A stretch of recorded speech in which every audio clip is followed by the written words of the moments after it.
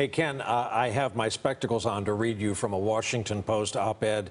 I wanted to see if this sounds familiar to you. This was a former CIA intelligence officer writing today.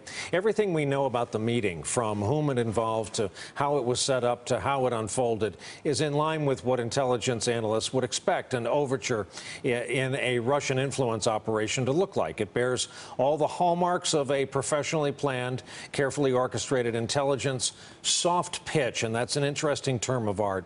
And the Trump campaign's willingness to take the meeting, and more important, its failure to report the episode to U.S. authorities, may have been exactly the green light Russia was looking for to launch a more aggressive phase of intervention in the U.S. election. I heard another former intelligence officer today talk about that soft pitch. They want to make sure you don't report it and you're untroubled by the meeting. That green lights to them, you're kind of a willing target. You're someone they can do business with in the future. You've got it perfectly, Brian. It's so interesting. Nearly every current and former intelligence officer you speak to about this seems to have the same view, and it's exactly the one you just articulated. And what they say is it doesn't really matter whether this lawyer and this lobbyist were dupes, were willing participants, had a different story, or, you know, the point is that the overture came in with an offer of help from the Russian government, and it came through the Agalerovs, who had a business relationship, don't forget, with the Trump family. They were going to build Trump Tower in Moscow. They were together on the Miss Universe pageant in Moscow. So the overture came in through a known person, and the Trump organization showed that it was willing to take the meeting. What happened after that, these intelligence officers say, is irrelevant, because the signal was sent, if in fact this was a dangle, which is the term they use by Russian intelligence, the signal was sent that the Trump campaign was willing to play.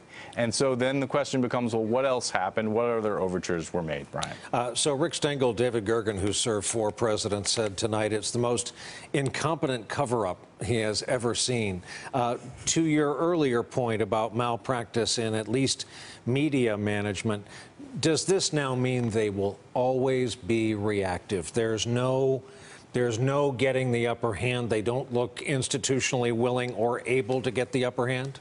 So I'm going to come back to that, Brian, because at the State Department, I dealt with Russian disinformation and Russian active measures, as they call it. And I just want to add one thing to what the intelligence officer said, is that sometimes the Russians do a feint, where in an intelligence way, they make you want to think that they're doing something that they're not doing. That maybe they wanted us to think that they're tampering in this election. They have a term of art in the Russian military called the gray zone. And the gray zone is about the fact that nothing seems clear at all. That is what they like it. They like frozen conflicts. They like things to not look clear, and that's what they're doing now. So, and to get to your actual first question, yes, I mean, they're completely on the back foot and will be probably forever. While the investigation is going on, until that is consummated, I mean, they're going to be asking questions about this. And you have a president who, by all accounts, is absolutely obsessed with this and maybe watching right now about it. Hey there, I'm Chris Hayes from MSNBC. Thanks for watching MSNBC on YouTube. If you want to keep up to date with the videos we're putting out, you can click subscribe just below me,